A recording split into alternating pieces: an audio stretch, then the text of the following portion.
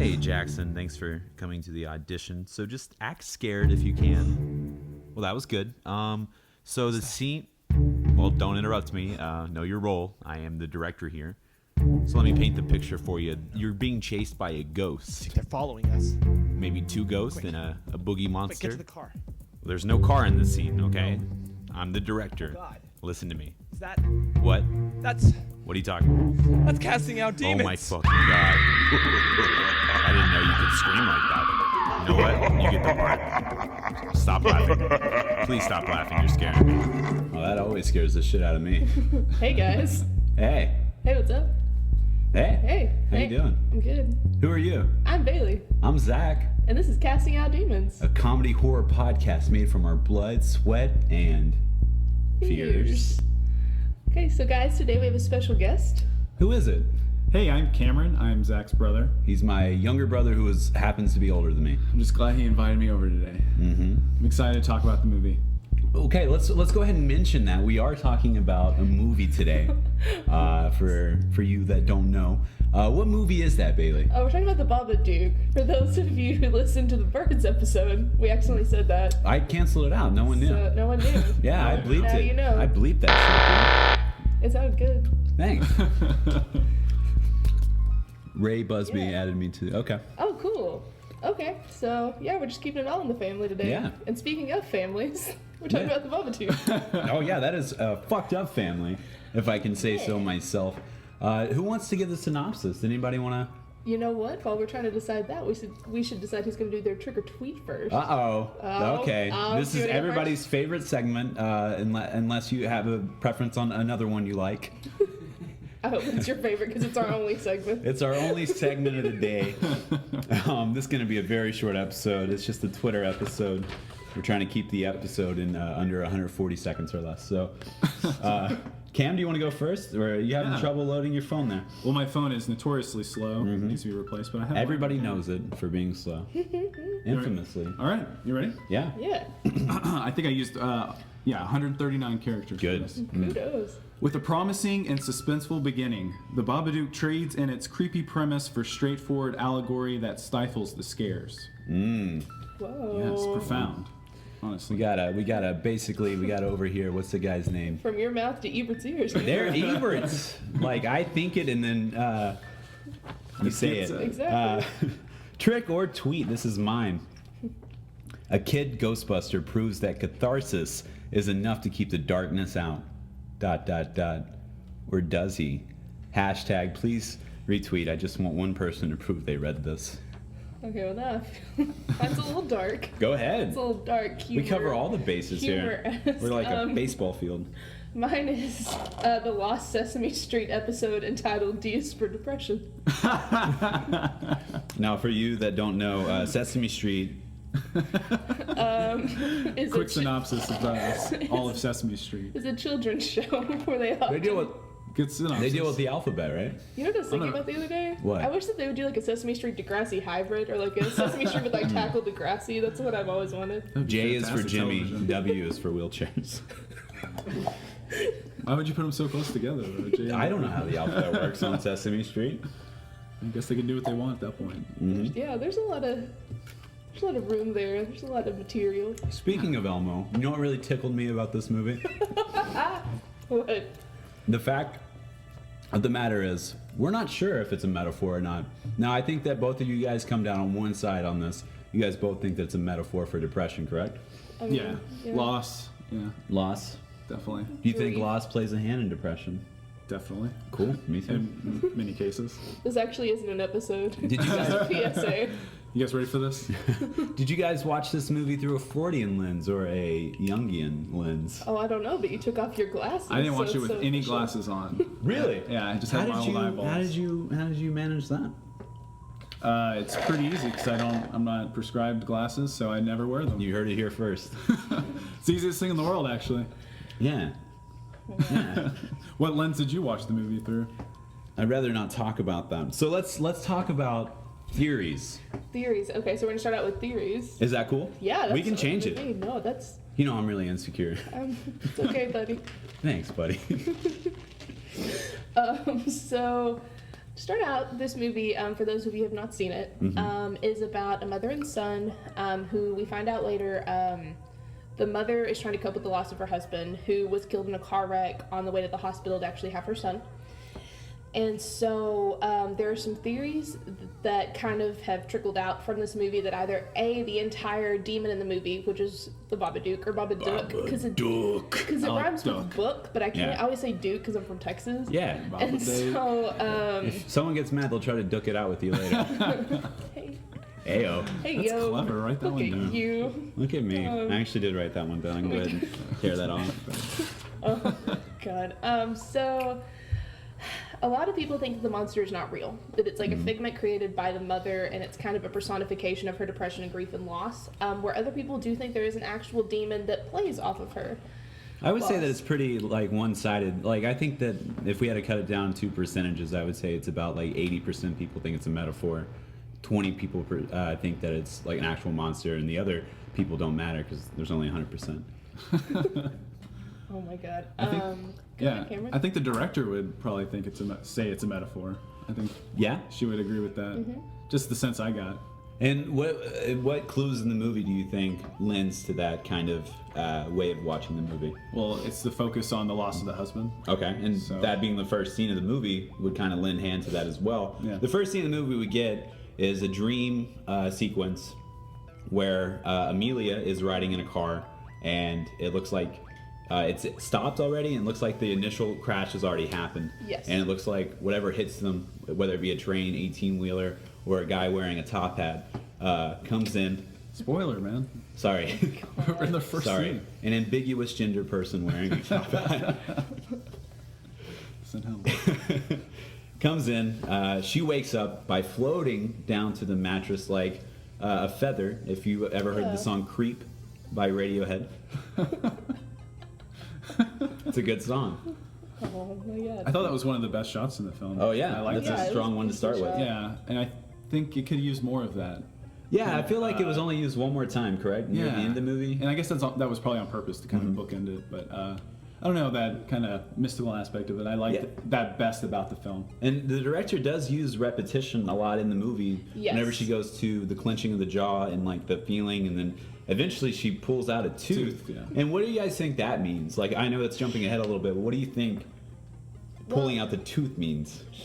I think that, to me, how I took it was that throughout the movie we don't see a lot of hygienic practices throughout the movie, which is also like A sign of depression. which is also a sign of depression. And so I think that there's that. I think that the pulling out of the teeth is almost like an animalistic trait, if you will. So that's kind of what I took it as, is that like a sign of depression, and then it's almost like a primal animalistic, and that she just doesn't care anymore, because the whole movie she's like trying to deal with that, and so finally she just rips it out at the part of the movie where she kind of loses herself. And so That's how a I took very. it. I think that's the only explanation there is for that. Honestly, that's a really good one. I didn't even think of that. I think with it too, they kind of like symbolize the possession factor, because like you said, it seems like at a point Yeah. that she gets possessed by the Babadook. and Where- so like that kind of like And if we're following this metaphor of depression, I think that's whenever she just lets the depression fully take over her. Is Exactly. Whenever the Babadook enters her being. kind of symbolizes that with the tooth Yes. being pulled out. Now, let me ask you guys, and this is kind of a minute plot point in the grand scheme of the movie, but what do you think about the love interest and what that's symbolic of? Okay, so I have a theory about all that too. So Remind me of the love interest. The love interest is the guy that works at the... Robbie. His name's Robbie. His name yes. is Robbie. He works at the nursing home with her, and he makes a couple jokes. Like the first joke he makes is like, a woman in the kitchen right where she belongs. Kind of a sexist asshole, if you ask me. But, you know, maybe that kind of Shitty humor... joke. Maybe that kind of humor works in Australia, but we're not going to have that shit here. You know what I'm talking about? excuse me. Robbie. So Robbie, he also tells her like you don't have to be fine, and so Yeah. I think that he's one of the first like catalysts of the film, because things are going great and she kind of has an escape from work. And what I like about Jennifer Kent, who's the director, her continuity is that like in the scenes where Amelia is alone, they're all shot in the light, whereas where she's Yeah. at home or with her son, they're all shot in darkness. That's a very good point. I think that he's meant to be a catalyst and kind of our first sign of how hopeless she is. And also throughout the film, anytime Amelia goes anywhere for help, we see a top hat or a coat or some sort of representation of the Babadook. And so I think that it's the first sign of it's the first catalyst, and B, it just kind of shows how hopeless she is and how just how hopeless she is. Like, I don't know how else to say it. So you don't think that Robbie's the Babadook? I don't think that Robbie is the Babadook. Good. I don't think anybody else does either. I just wanted to Okay, I was like, That was oh awful. gosh. So I think that quite literally he is like an escape from work, and I think that's shown in the scene where he agrees to cover her shift whenever she does leave. I think another point is throughout the entire movie we see Amelia push away her support system, and this is the one instance of somebody that doesn't have any obligation to her, like in terms of family, and is willingly trying to become part of the support system, and she pushes him away by lying to him.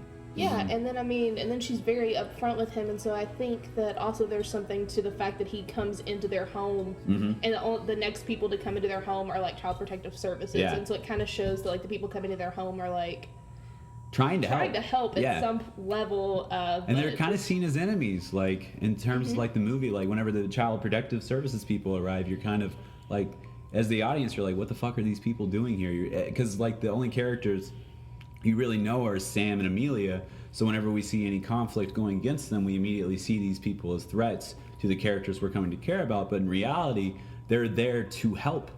But I mean, I think that comes across. I think, Yeah. you definitely see it as a support system, and the fact that she sees the image of the Babadook kind of takes her spirits out to pursue it at points. and I think that's definitely like heightened whenever she goes to the police station, the ultimate support system, Right. Her metaphorically last speaking. turn almost. Yeah, and then she sees the outfit of the Babadook or the Babadook in the background.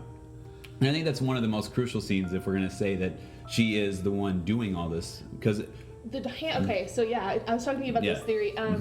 So when we were first talking about this, and you were talking about how like you thought that there was a demon, I watched it again the other day, and so I noticed that when she's actually burning it, her hands are clean, but when she goes to the police station, her hands are dirty, and so she either fished the book out of the charcoal, or it's from all the charcoal that she used, because when to she's construct. So do you think she reconstructed the book, or I do you think she absolutely pulled it do. out of the fire? Because we don't see the book again after that. Well, even if she pulled it out of the fire, maybe she restructured it from See, that. Yeah.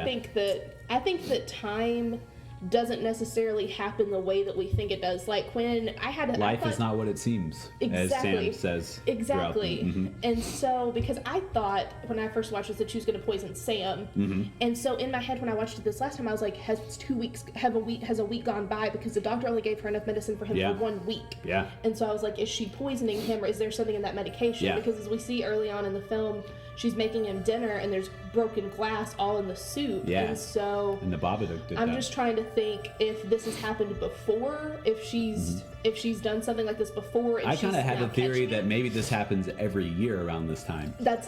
You don't think so? No, Karen? no, it Okay. doesn't give that impression at all.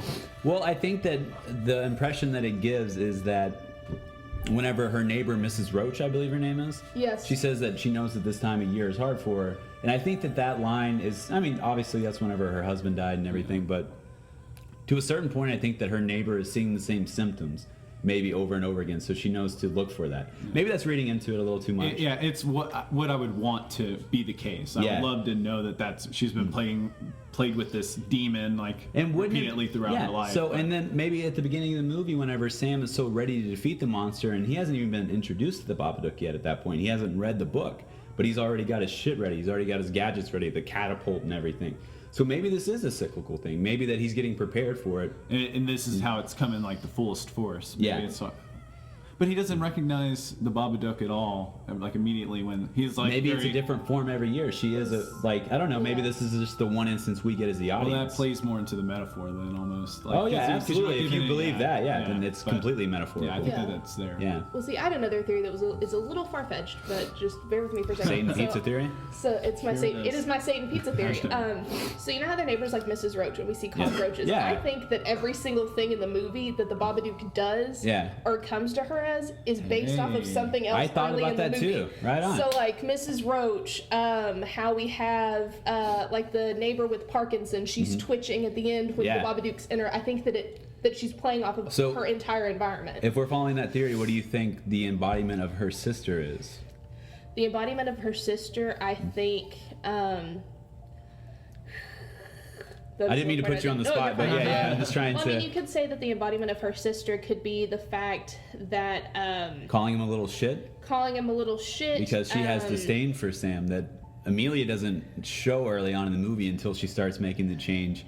She has resentment, but not any disdain towards Sam, apparently. But whenever the Babadook inhabits her, that's when we start to see the qualities of like the roaches and the twitching. Yeah. So maybe the outright hatred for Sam is mimicked through that. It could be that, or the fact that the Babadook just kind of, because her sister doesn't want anything to do with her, and so I think that, I almost want to think that the Babadook has like, the metaphor itself has something to do with the fact that her sister completely abandons her too, and so like it plays off of the fact, it kind of like comes out more and more between her and her sister. And so like it makes an appearance like when she's at lunch with that lady and she's like, oh, it must be so hard to not go to the gym anymore. Yeah. Because that's not like her to say things like that, as we've seen throughout the movie. Amelia's very soft spoken. I thought that was awesome though, whenever she said that. And so I think that the Babadook, rather than like her sister being so whenever like her being abandoned by her sister, whenever she starts to abandon Sam, and whenever he's like, I took the pills and I'm really hungry, can you make me something to eat? And she's just like not making him anything to eat. He's like, I looked around the kitchen, there's no fucking food, Mom. Get off your lazy ass and feed me. I'm quoting verbatim, of course. And so she does eventually take him out to eat, but I think that I think that's a really good theory because we do see the qualities of all the other people that she interacts with. And I'm just trying to think of, besides the outright metaphor of the father symbolizing the loss of the past and everything, what do you think his traits are if we're following this thread? I think the Babadook's based off of his clothes. Okay. I think that the Babadook is a modified version of his clothes and like Sam's like magician outfit, like the clothes we see all throughout the movie. My thoughts exactly. And so I kind of think that the Babadook is a modified version of the clothes that he was wearing, like because the hat's down there, like the fedora's down there, you have a black blazer, and so I think that the Babadook in her head, she's kind of made it into a monster. So that makes sense. Yeah, I like that. I haven't thought about it like that. So yeah, it's a nice approach to kind of like tie it all in together. Yeah, we have kind of this theory that horror movies, and I don't think that it's like we've developed this theory. Zach and I have been in the lab for months. Yes, but I think that movies in general, especially horror movies, they rely on this underlying kind of, it's not exactly what it seems, as Sam would say, quoting from the magician's tape that he was watching. And I think that whenever you approach the movie by looking at it through the lens that it has these several layers, you start to realize that not only are they in for allegorical reasons, but whenever you have such complexity as these movies, it makes it where the viewers cannot find as much comfort they're accustomed to in movies. And like I've said before, the absence of comfort is fear. So I think that's what she's trying to play with throughout the movie. And also, did you know, I noticed this again, and it might just be like me being hypersensitive. We see a black coat in Sam's closet before they find the book. If you look, when she's like, there's nothing in here, we see a hint of the Babadook from the very beginning. And so I didn't notice that the first time. Also, I didn't notice at one point when she's talking to Sam, she starts talking like the Babadook. She's like, oh yeah. Yeah, she's like, and you keep talking. And it starts like picking up the same rhythmic aspect of its speech, and I'm like, you're like, oh my gosh, this is actually happening. And we should point out that the scene whenever she gets angry at the girl for saying that she doesn't have time to go to the gym anymore, there is a part of the scene where she's like, I heard you were a writer or something like that, and she used to write children's books, and that's like, that line is like quickly like as soon as she says children's books, what's her sister's name again? Claire. She comes and she's like, you just got to get back into it. So it's like the little hint is there, and it's like trying to be overshadowed to where I guess you'd have to go back and watch it again if you're not paying attention closely enough. Well, to play off of your thing as well, this might have happened before, because when they're in the bathtub, Sam looks at his mother and he says, I just don't want you to go away. Yeah. And so I don't know if that means like he knows, like even as a child, he's that sensitive to what's going on, or this has happened before, because he looks at her and he's like, I don't want you to go away. Yeah. Like go away, like withdraw within herself and not like take care of him like she was towards that. Exactly. Yes, so like go away and become the embodiment of whatever children's book whatever fucked up children's book she put in Sam's hands this time. Yeah. So I think that the argument could be made that it's cyclical, and I think maybe the director could have done a better job of like giving us hints that this has happened before. But But then would it still hold the same? I don't think so. At the same esteem that it does now. If we had that But did you know something cool that I looked up? Jennifer Kent actually didn't have Noah Wiseman, who plays Sam, on the set for any of the graphic scenes. I read She that actually, too. she had an adult actor on their knees. Really? Or there was no one there. Yeah, When that's Essie awesome. Davis was talking to him, and so she kind of gave him like a children's like modified like. The mother's very sad because the dad's dead. It was a very watered down children's type of version of this Yeah. storyline, and he wasn't there. Do for we any know if graphic he's seen it parts. since? All she said was that she didn't want this movie. She didn't want to destroy a childhood to life. make this film. Yeah, Yeah. that's a direct quote from Yeah. her. So I thought that was really great because you see things like on Poltergeist, like how that little girl died. Yeah. And things like that, like it's crazy, or like how Linda Blair was super fucked up after The Exorcist. I mean, they put like a freaking like tube in her throat. And even going back to one of my least favorite movies we've covered so far, in Pet Sematary, the the kid in that movie, like he like cut people's legs and like stabbed people and he like got a syringe stuck in his severed neck. Achilles tendons. Yeah, and got a stuff. syringe stuck in his neck, and like I think that's good of the director to not subject this kid to more trauma than the character is facing. He's a great actor. I thought he was great. Oh my Yeah, gosh, it's a yeah, the casting scene in the choice. car, yeah. Yeah, he's That's- real creepy kid. Like, I Oh, thought he yeah. had a Yeah. nice creep factor to the scary movie. Oh yeah. I made a comment that this kid actor is definitely going to grow up to become a serial killer. No. And then as his character I have a witness here that can say this, but as the movie went on, I was like, I retract that. He's just gonna launder money or something. that's as bad as he's White-collar gonna get. crime. And Some, then white, this is some his Bernie Twinkie Madoff stuff. defense. This is his Yeah. Twinkie defense right here. Yeah. So let's entertain the idea that maybe the Babadook is actually a demonic presence and not a metaphor. Well, because so yeah. Okay, so the part where she has her vibrator, and she's lying in bed, I was like, why would she set up the Babadook if she was about to masturbate? Was like the first thing I thought. Yeah. And so I was like, maybe there is a demon just because of that one, the scene everyone I don't think remembers from this movie. Yeah, I don't think that And she's so- necessarily a good planner. You know what Yeah, I mean? I well, think that's no. shown several times. But I actually thought that for a second. I was like, Yeah. what the fuck is wrong with that you? could be the first hint. You know? I feel more like it's an inconsistency within using it as an allegory. Like, she kind of hooks you with the scare there. Yeah. Like, not really thinking about it in terms of how she's going to tie it into that. What scare are you talking about? Like, the, like specifically? the Babadook's like kind of like creeping Yeah. in at Yeah. the beginning. Like, It's and like the she weakest said- part of the movie, really. Which okay, so you're talking about in like actuality, you're talking about just the scene where she's having the vibrator, Incident. Having her way with the vibrator. having her way with taking advantage of the vibrating plastic, riding the old plastic snake there. Oh my god. So is that what scene you guys are talking about? Is Yes. the weakest part of the movie? Yes, just because I think that it played a little bit, like Cameron said, off of like a cheap thrill. Like she's Yeah. like, like how when teens have sex in a movie, you're like, oh, shit's about to go down. Yeah. I don't think I've ever seen a horror movie that has shows a sex scene in its completion. No, No. yeah. And they always cut it with the creepiness. And like, Exactly. So it maybe. Cabin fever comes to mind whenever they start having sex and then their skin starts falling off. Well, I mean, okay, that's. That called to your mind. Yeah, I mean, I have a whole backlog of movies ready to go. Most of them have Ryder Strong in them, but Okay. Then to asterisk this, in its completion without something fucking weird happening, such as skin falling off, it follows, we even have like weird shit going on. yeah, I think Even at that the end sex when they scene. have their sex it's scene. like we More of a said. central theme for Yeah. Yeah, and I think that it was like I said, that was a very tasteful sex scene. Good for the, What did I say? She on a Walmart Good. chic. yeah, Walmart chic. This is actually just our clip episode. Now we're just gonna show. Okay. Now we're just gonna show clips. Good for the whole family. The whole family can enjoy that sex scene. But I actually did watch that with my mom when I was home. Yeah? So it was fun for the whole family. Oh yeah, Shout check it out, out. shout out to Karen. Tried and Perkins. true. Yeah.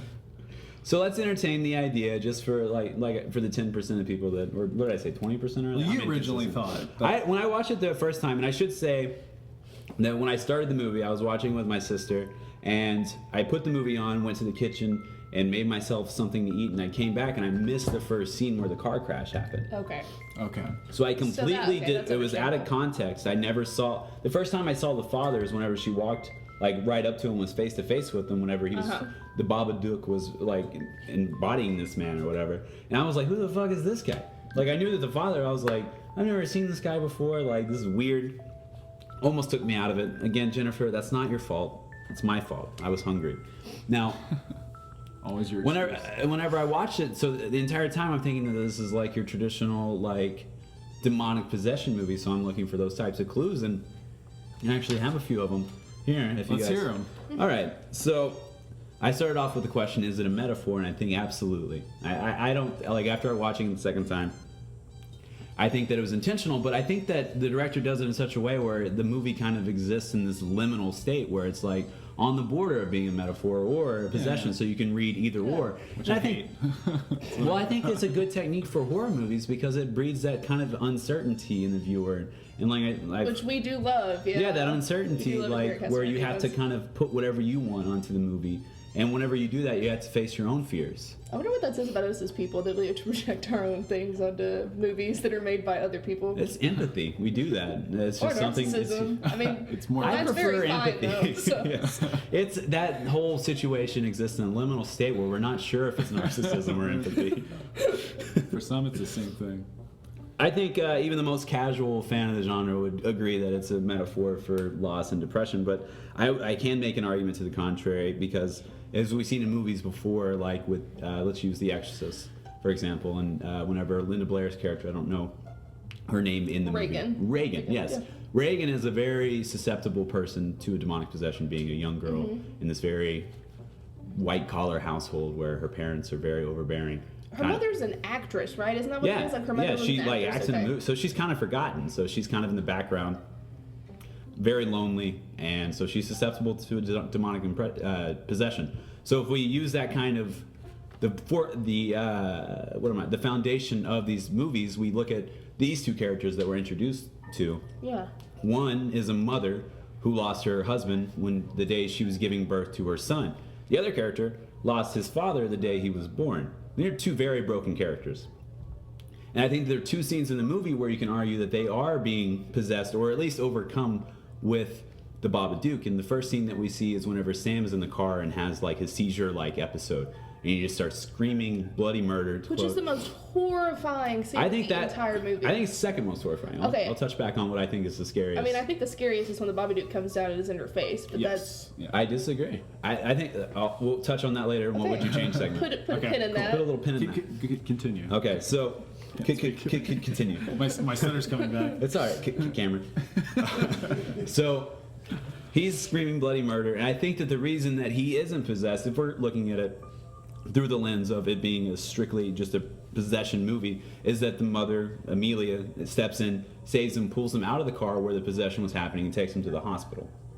Now the hospital gives a very similar explanation as you see in most possession movies, is like it's just a brain episode. Yeah, abnormal brain activity. Yeah, and I think that that's supposed, it's meaning to lead you down. Maybe this kid's psychotic and it's supposed to mislead you. And then obviously we have the one scene wherever she actually becomes possessed, Amelia that is, by the Babadook. Whenever I think she's downstairs and she sees him, right? Sees him. Yeah, go ahead. Then she goes Go ahead. upstairs and is sitting beside the fireplace, and we see his hat drop down. And she starts clawing away helplessly, like it's a dream almost, because there's this constant shot of her looking over at the door because she put a chair on the door, and it's like that whenever you're in a dream and you know that if I could just get to that place, It's like I can her get token. It's like her Inception token. absolutely. So she's like, if I could just get to this place, I can escape it. But as in dreams, whenever you can't run very fast, you're the thing's right behind me and I just can't fucking get away from it. I think that you can make the argument this is a dream, but it could just be a possession scene, which I'm still arguing here. So Babadook enters her, and then we see the facial expression and the blackening of the eyes and everything. So that's when she becomes possessed. And then everything after that is her acting terrible towards Sam, and just all the shit that she does. She kills the dog, for crying out. And every time you see a dog in a horror movie, you're like, that thing's gonna die at one point. And I think that dogs are supposed to represent loyalty, and especially in context of this movie, whenever she kills the dog, she's killing the loyalty towards her husband. Because she showed more affection to the dog than she ever did Sam. Absolutely.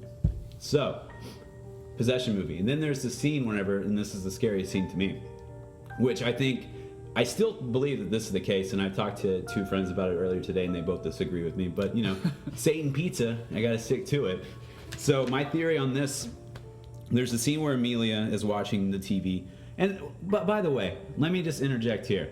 TV is an excellent way to get rid of the creepy things in your house at night.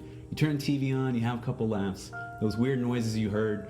The burglars might kill you by sunrise, but at least you'll be watching 30 Rock at night, right? So, just a side note, have some quality TV to watch. Don't rely on cable to quell your fears. Netflix is a thing, even in Australia. Also, she should don't have had it. watch Adult Swim at night, because that's when I like to put on horror movie trailers in the Really? in the morning when you're like trying to watch like the Mighty Boosh reruns. Yeah.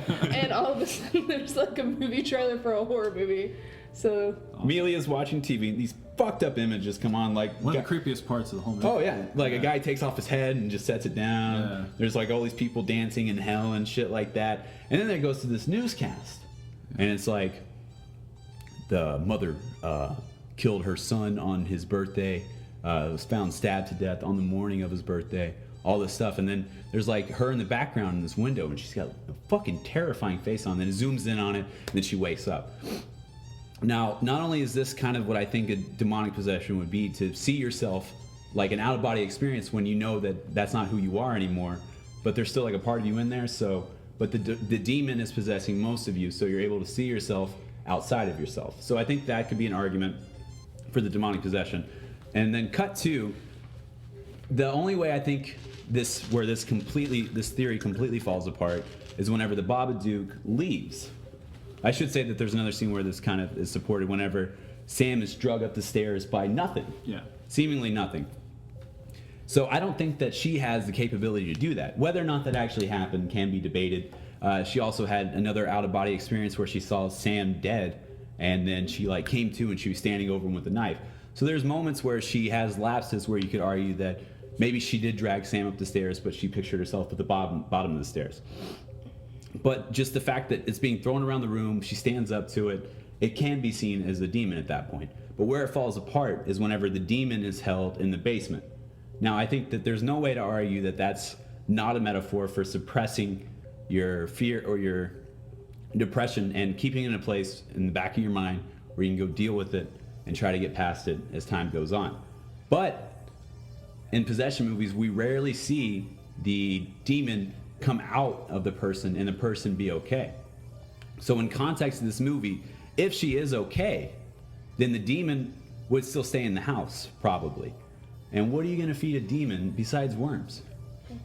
I have a couple things. Go ahead. So first of all, the first light bulb that I had when I came up in the middle of it, at what point, it's before he has the incident that Sam's at Mrs. Roach's and she has Parkinson's. Yeah. She shakes like this. Yeah. Do you think that Sam could have picked up on that and kind of used that as a way when they're in the car to like get his mom from like crashing the car or anything like that? Do you think that he felt like she was going to have an episode and it was almost like a subconscious reaction? So he was faking seeing the Babadook. Well, not faking, but like, do you think that it was some sort of subconscious reaction because, you know, at this point she's tried to put the glass in his food and stuff, and even though he's a child, like children tend to be hypersensitive to these things in horror movies. Do you think that it could have been like some sort of fight or flight reflex? I think that absolutely, because like if the movie is in fact a metaphor, then he didn't actually see anything.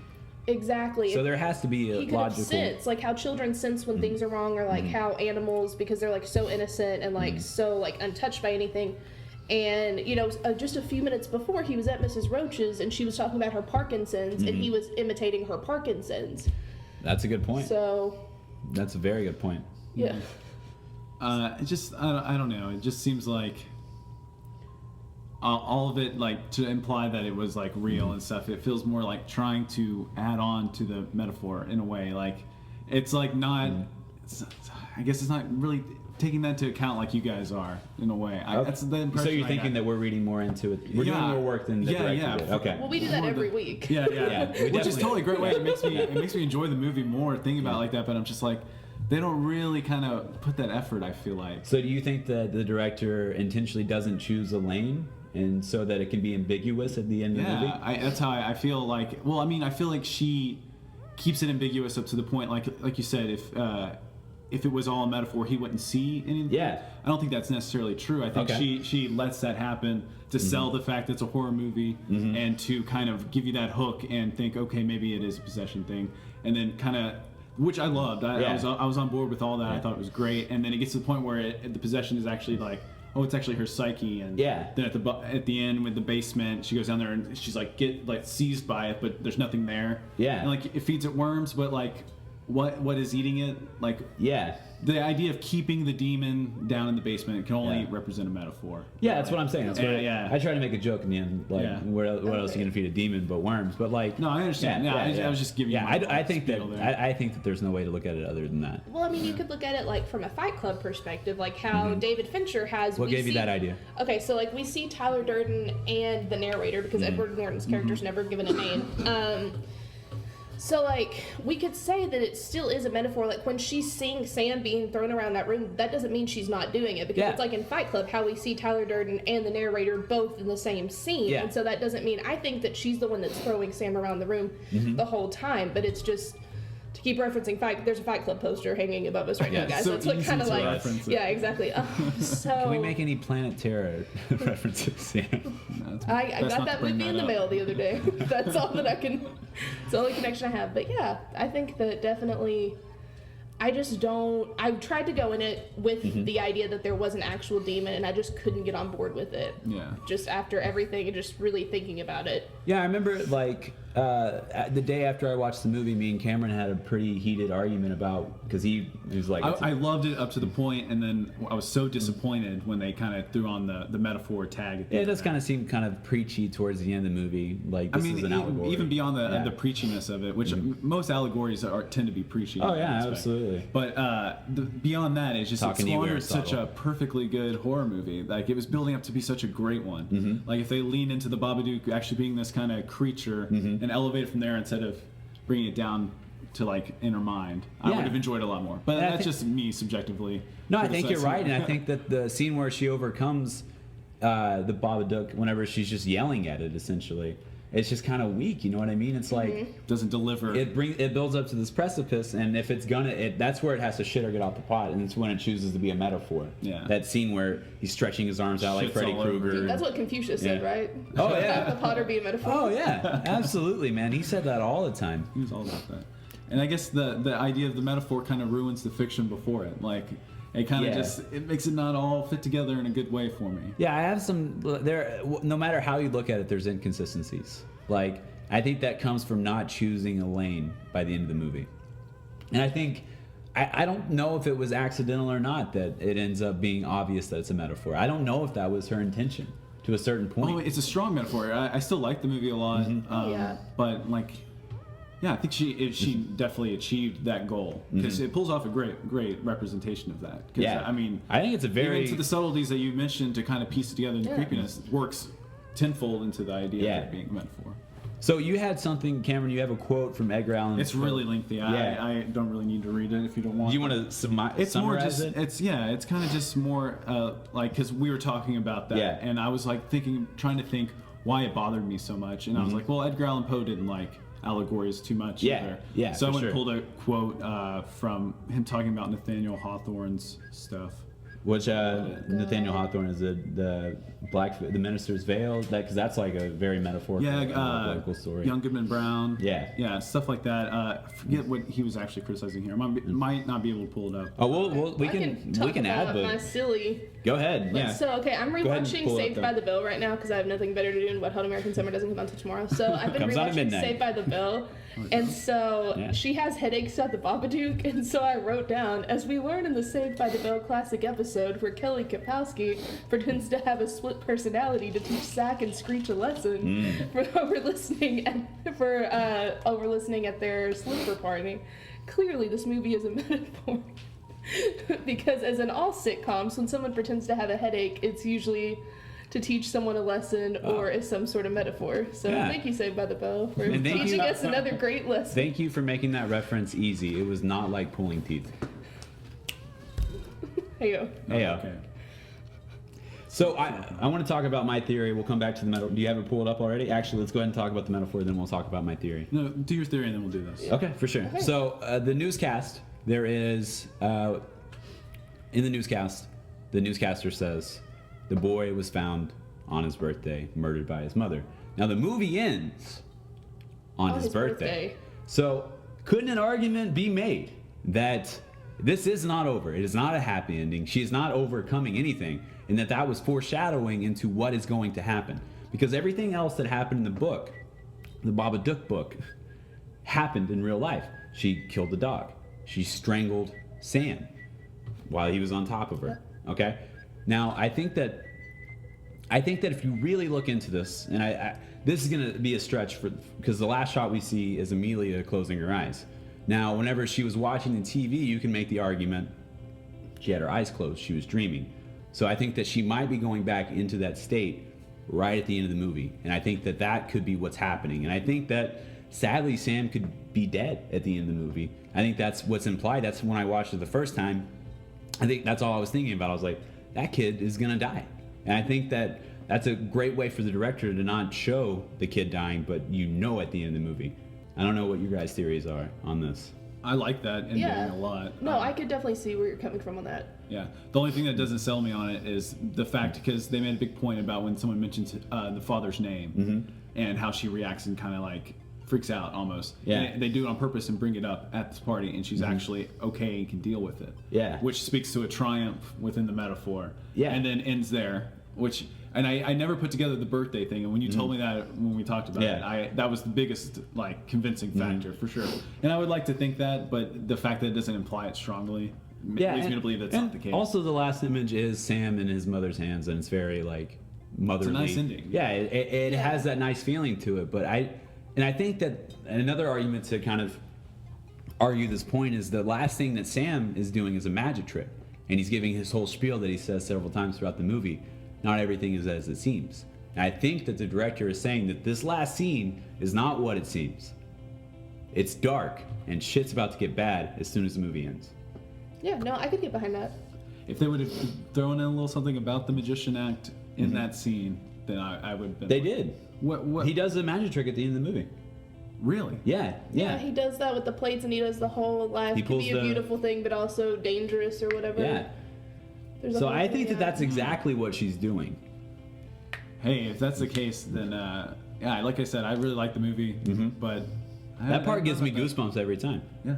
Because he does the magic trick, he gets in his mom's arms, and I'm like, you're dead, man. Like, Well, because I mean, in the book, she strangles him. She doesn't. Yeah. She doesn't stab him. Yeah. So we don't know. We have exactly. some lanes So, to like, go down. Only she had the vision of stabbing him, right? Yeah. Like, saying Well, Yeah. she never actually, So we did just the see stabbing. him. We just see him on the couch, and she wakes up, and he's like cowered on the couch, and Yeah. she has a knife in her hand. Yeah. I like that ending. Yeah. Yeah. I wish it was the case. I think it is. I genuinely think it is. That's the way I watched the movie both times I watched it. Do you know something super cool and also really creepy? Yeah. You can actually buy the Mr. Babadook book Yeah, I for know. $80. Hey, very cool. Yeah, a lot of people have Yeah. made it, and so the director made a few copies as Yeah, well. and they everybody signed it. Yeah. So I think that's kind of cool. Yeah. Also, did I would you never know- own that book. Oh no, absolutely not. It's like I owning a would. Ouija board or like Yeah. a Latin base. But My one of our roommate has a friends. Ouija board. Nope. He does. That was the one thing my mom never let into our house, and I can't get behind I it. fucked around with Ouija boards, and I'm okay. I'm This is okay. a toy. I'm okay. Oh my god. We had some fun with some Ouija boards. Yeah, we did. Nope. Nothing. Yeah. For another time, different podcast. Yeah. I'm Catholic, and bad things happen to Catholics, so I just don't. I don't play with Ouija boards. I don't. Better not. Me and test Cameron are Ouijaists, so we just Ouija. kind Oh of. my god. We used to play Mario and Ouija. it. Not okay. Dave. We just got a groan. We Dave got a did groan not from our approve. studio audience. You did not like that. Anyway, So, speaking of the book too, I didn't mean to segue like this, but I'm gonna roll with it. So the film cost $2.5 million to make. Yeah, I saw that. $30,000 of it was actually sent to the art department, to make Yeah. the book and stuff. So like Really? $30,000 was raised on Kickstarter and sent all to the art department. that's awesome. Yeah. That's so awesome. That's Another big super chunk of it went to making that house because they don't have those Yes. types of houses Yes. in Australia. Yeah. cool. So Which that's takes some dedication and vision. It Yeah. speaks to the Yeah. vision. That house is just depressing. Yeah. It It adds a looks lot. like a depressed person's house. Yeah. It looks like something from the Addams Family. Like if Martha Stewart designed the Addams Family home, that's about the level that we're on. Nailed I it. think that that's why the movie had to end outside, in the most depressing birthday party I've ever seen. Because Mrs. Roach didn't even show up, guys. She was gonna cut, but She was coming later, Amelia but told her she could show she up had anytime. plans. Did nobody think Mrs. Roach was the Babadook because it acted like a roach crawling around and Maybe. And the first time we really see the Babadook is in her house. maybe she's the one holding the magic The aspect of the safe. demon, triggered the whole thing. I think you cracked the code on this one. I think it was all there in the naming Yeah. of the lady. Oh my I just thought maybe it would come up, so I'd like them to come up. Oh my gosh. And also, the name Babadook was inspired by the Serbian name for the boogeyman, which is Babaroga. So, And they probably just made a duck to rhyme with book. yeah. Well, it's actually, you know that the name of the movie is an anagram, right, for a bad book? Really? Yeah. Oh, There you go. Like I said, vision. God. Yeah, no, it's an anagram. That's awesome. So, what would you change? What would I change? Actually, let's do the metaphor. Yeah, go. Read your metaphor thing. Oh, okay. It's just more okay, so this is Edgar Allan Poe. I allude to the strain of allegory which completely overwhelms the greater number of his subjects, talking about Nathaniel Hawthorne, and which in some measure interferes with the direct conduct of absolutely all. And then he goes on and saying, in the defense of allegory, there is scarcely one respectable word to be said. He's very snarky. Yeah. Its best appeals are made to the fancy, that is to say, to our sense of adaptation, not of matters proper, but of matters improper for the purpose of the real with the unreal, having never more of intelligible connection than has something with nothing. So obviously it's kind of getting dense. Yeah. Never half so much of effective affinity as has substance for the shadow. The deepest emotion aroused within us by the happiest allegory is a very, very imperfectly satisfied sense of the writer's ingenuity in overcoming a difficulty we should have preferred his not having attempted to overcome. Okay, so essentially what that sounds like to me, Edgar Allan Poe is saying that whenever you add an allegory or a metaphor to a story, you're convoluting it into a sense and taking away from what the heart of the story is supposed to be about, and that we shouldn't praise the feeling that we have, but rather see it as kind of a narcissistic attempt by the author to show an obstacle they overcame by making a metaphor to something that doesn't necessarily pertain to the story. So Right, basically, we're like exactly. the Kanye West of the podcast world, because that's what we do for an hour Oh, yeah. every single week. One thing is clear, that if allegory ever establishes a fact, it is by dint of overturning a fiction. Okay. So it makes everything that precedes it, like I said, it just kind of weakens it in a way. It does kind of weaken it. That's a very good point. And leave it up to Edgar Allan Poe. Guy. Pulls a lot of punches. He does. I just found this in my notes, and I can't believe I didn't bring this up earlier. Bring it up. But the director of The Exorcist actually said this is the scariest movie he's ever seen. And Really? he made The Exorcist, ladies and gentlemen. I think that The Exorcist is the scariest movie I've ever seen, and I've seen both of these movies. And I got to get both of them 5 bags of popcorn. Oh my god. Big old bags. Are we like Today Show host correspondents? I was actually quoting Tim Heidecker's show on the cinema at the cinema. You should check it out sometime. Oh my gosh. I've only seen it at the beginning of. Oh, it's so good. Yeah. I know what I'm At trying the to I'll beginning think of- of it. yeah. I'll think of it later. Beginning of time. Randomly at the beginning of the next podcast, I'll remember It was it. the first thing I saw as a baby. So, what would you change, Bailey, if you had to change one If I thing had to about change this one movie? thing, her sister bothers me. I get why Mm-hmm. the sister has to be there, because she's like the last piece of family left, because Support we never system. Mm-hmm. we never see the mother. And also, I'd just like to sidebar point out the irony that Amelia is a caretaker as her occupation, and she's not taking care Mm-hmm. Yeah, of her son. that's something I didn't really put too much thought into. I just thought about her job being grueling and having Just her away like from. that. Yeah, that's a very Yeah. good point, though. Yeah, no, just random tidbit. But her sister just kind of bothers me, just with like the way. And I get that if her sister was like helping her out, that it wouldn't have the same like hopelessness that we Oh, have yeah. in the movie, and that creates such a sense of despair. But her sister just really bothers me because her sister is just such a douche. Well, I think it's because she's like in this kind of lifestyle where it kind of breeds that kind of like self-centeredness Yeah, and just like well- she's like hoity-toity or She in doesn't have to be Australia. like a fucking Julie Cooper. Yeah, Like, but that's what doesn't- she's being Julie Cooper in season 1, not when Julie Cooper has her. Yeah, her By life the end of changes. this- She goes back to the trailer. Yeah, but whenever she falls back in love with Caleb and then Caleb dies in the pool. Dude, come on. Can't spoil the OC. Okay, so here's my one thing about the OC. I She avoided makes an OC spoilers reference. for 9 years, started watching it, Yeah. go to Busby, the first article is like, can you believe 9 years ago Marissa Cooper died? I was 3 episodes in, ladies and gentlemen. that's so Sidebar, so just there's my obligatory. And I tried to lie to contractually Bailey. I was like, obligated that OC was must have been reference. clickhole. That wasn't BuzzFeed. Yeah, you're like, that didn't happen, but Yeah. everything else on the list happened, Zach. I know. Yes. So, Did you finish the list after reading that? Yes. What the fuck is wrong with you? Because I was already balls deep. I might as well keep going. I already knew that. So just her sister's character just really bothers me. 'Cause she's just such a bitch. Yeah. It just really bothers me. She's like the Jerry of this movie. She's Jerry like of- from The Battery. Oh, from The Battery. Okay. I think she was a good actress, though. She just really bothered me. Okay, I understand that. This is Cameron, like- what would you change? I would make the Babadook actually real and make it possess the son. Or maybe even both of them, and then leave it hopeless at the end.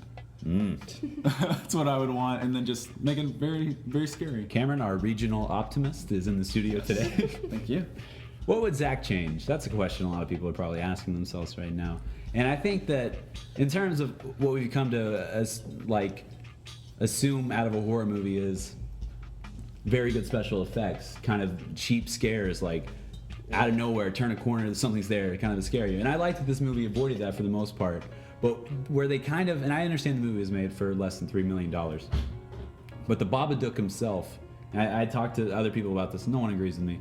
I have very unpopular theories. But I thought the Babadook looked too fake. And like in the scenes where we see him, it's like very like jumpy and like just skittish and just kind of never focuses on him. I understand that's intentional, but I think that's more on the editor, not so much on the director. But Do you know something funny about that? What? The Babadook was actually modeled after Lon Chaney Sr. In this Lost movie called After Midnight. After So Midnight, that was actually like, because you know like how Lon Chaney Jr. was like the Wolfman and in a lot of like no, I don't know Universal who you're horror. talking about. Yeah, like in very, very early like Universal horror films where his father was also an actor. Lon Chaney Jr. is also, I believe, Is that the movie Phantom of the Opera? Okay. Is that so- the movie that we see whenever there's like a spirit like over a bed and he has like the Freddy Krueger claws? No. Okay. That's just, I don't know what Do you that. think That's they- probably just like Do you Australian. think they made like, those movies?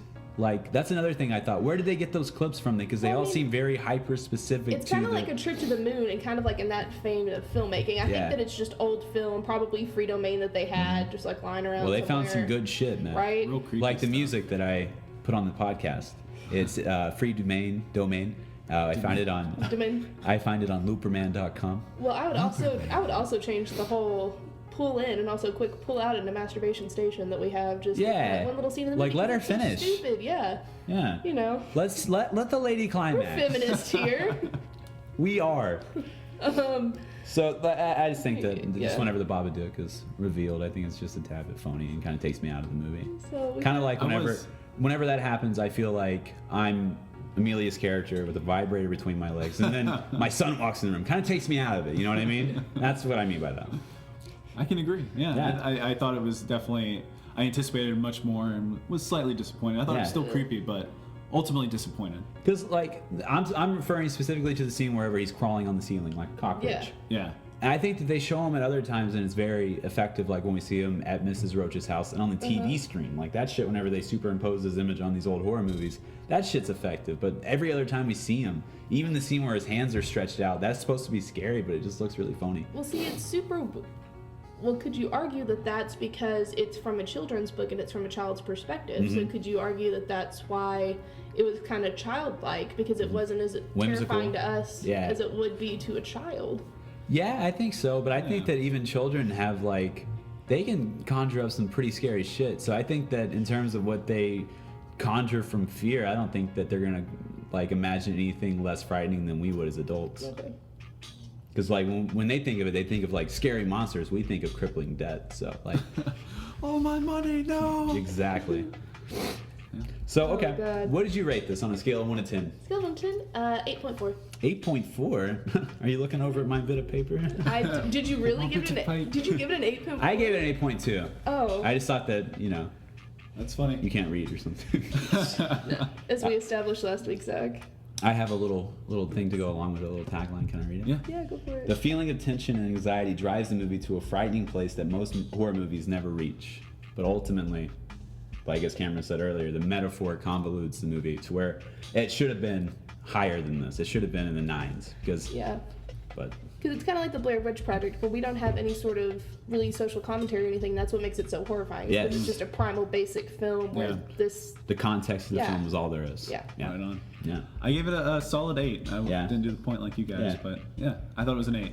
Yeah, I think we're in agreement here. That's good. Wow. Sweet. Very sweet. Okay, well, Yeah. I guess that takes us then to a little segment that we like to call Bone Plugs and Harmony. I try so hard, Thank you.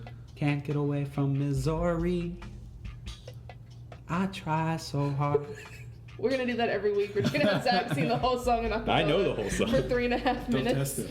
Don't test me. That's the first rap song I Oh learned. my god. Okay, so Cameron, since you're the guest, do you have any plugs? Anything you want to talk about? No plugs really. Do you want to talk about like any like you have that poetry blog you sent me once? Yeah, but you guys don't have to go to that. Yeah. If you're friends with me, maybe you see me post about it and go check it out. What is it called? Apogee? Apogee? Apogee. Apogee. Yeah, that's the name of it right now. Yeah. Yeah.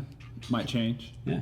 Cameron's also working on a novel. If you want to talk about that. Yeah. I mean, I don't know. I don't want to go into too much Yeah, detail. just the but name of it and. it's called The Stars Are Projectors, and it's a book of fiction told through each chapter's different character's perspective, first-person narrative. Tells a story about some college kids who get into some trouble. It's about life, love, stress, and setbacks. Yes, yes, is to quote the very famous Slug. Slug from Atmosphere. Yeah. They finally made a good record. Yeah, right. That shit almost sounds convincing. Yeah, it's coming along. I'm about halfway through it. Cameron's probably. I've talked recently about my show, a comedian, which I'll be working on, which has humorous and super natural Excited. elements to it. And I imagine Cameron's probably gonna help me along with that too. Not if I can He's help nodding. it. He's nodding. He's saying, "Thank you for the I would love to opportunity." help you. Thank you. I didn't really plan to talk about this. I just thought that the Yeah. audience should be in on this groundbreaking kind of. It's a good momentous occasion. platform to Yeah. launch off. Yeah. Yeah, you gotta send it to me. I haven't read any of it, a word of it. Oh yeah. I bet it's shit, but we can Yeah, fix it. yeah. I told you a little bit about it, about how like the brother character's introduced and he's a fucking asshole and he's just a real piece of shit. He goes to AA meetings to get his plot points, and he's not really an alcoholic. He just steals people's like life stories and Isn't that turns what them Chuck into books. Palahniuk did? I don't know. I don't know anything about That that. makes me think of Fucking like asshole. Unbreakable Kimmy Schmidt. Does anybody want some coffee? Yeah. So Shout out to what's her name? Shout out. Carol. Oh, What's her name? Oh, I can't think. But Carol she's King? So Carol- great. It's not Carol King. It's she was in Oh, she's in so many great things. she was in Woody Allen's movie. What's his most famous movie? Oh my gosh, Annie Hall. Annie Hall. She's in Annie Hall. As a youngster. She's great. Just watch the Unbreakable Kimmy Schmidt. Yeah, or she's- watch Unbreakable Kimmy Are you sure it's not Schmidt. Carol King? It's not Carol King as a singer. No. She sing. You know how I know that? She sings the theme song to Gilmore Girls. Fun So fact.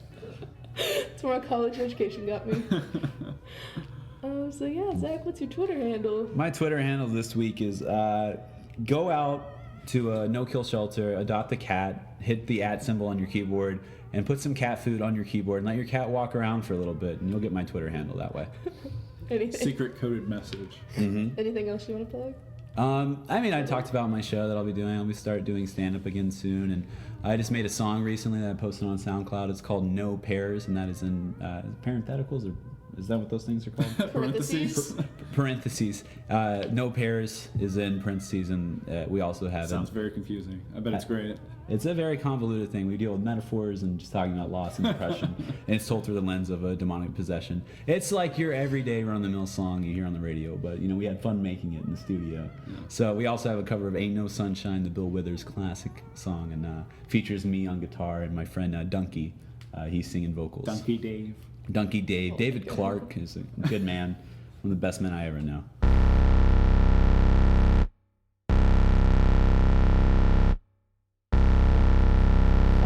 Okay, so yeah. I think that's about it. That's about it. I have some pretty good Facebook posts sometimes too. My Uncle Rick says he really likes them.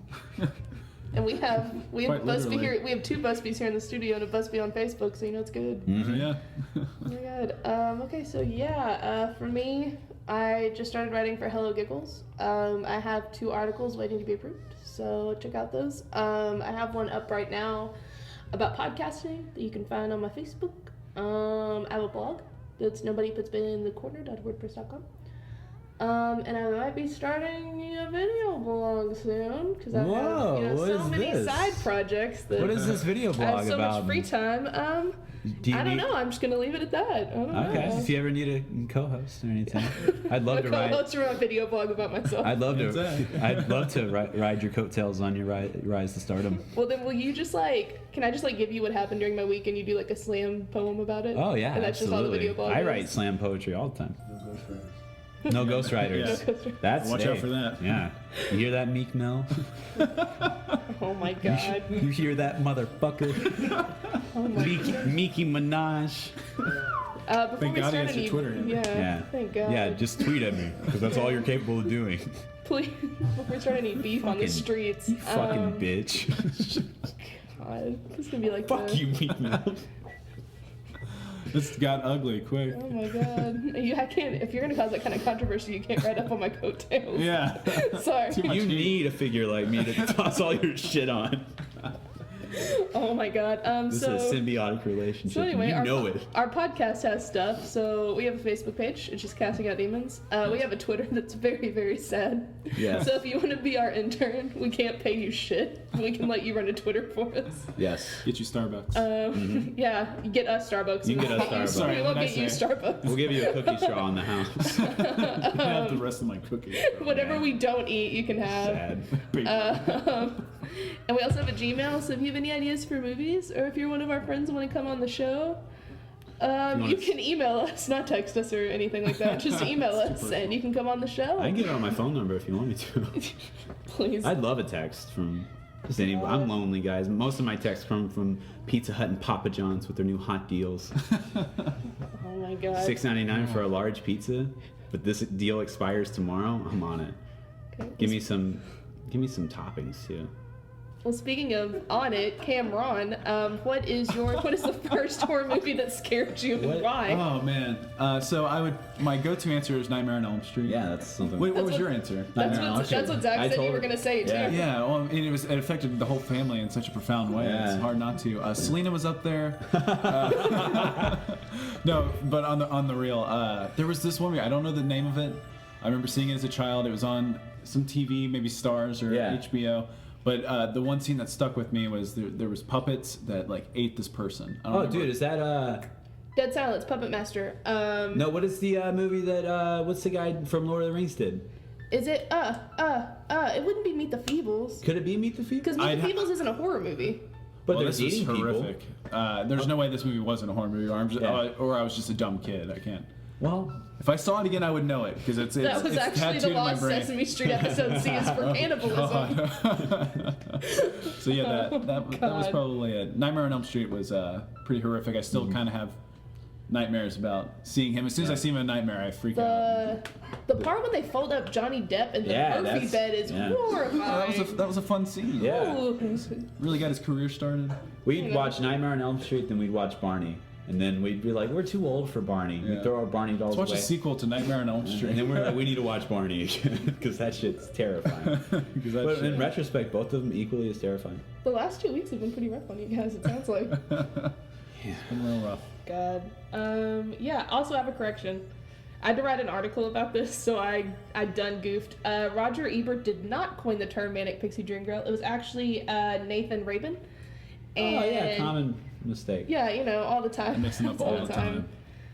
So yeah, so my bad. Oh, yeah, and I made I'm a- writing an we article forgive you. about it, I so made I a- thought I should correct it. To quote Bailey, I done goof last week too, guys, and I made a correction in the editing of the episode, but I was very adamant about the fact that red herrings were birds.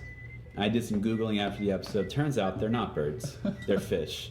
And they're not. Ah, yes, And the birds of the sea. can eat them. I corrected it in episode, but you know I was very adamant, and I don't know, guys. You were He's very, shaking right now. You were He's very really upset. adamant. I told Austin Hiddleston to go look it up, dude. He's like, dude, I'm going to grad school. And I'm like, I don't care, dude. Austin I on the work last episode, he's going to Pittsburgh, guys, and that's the impression we left. Yes.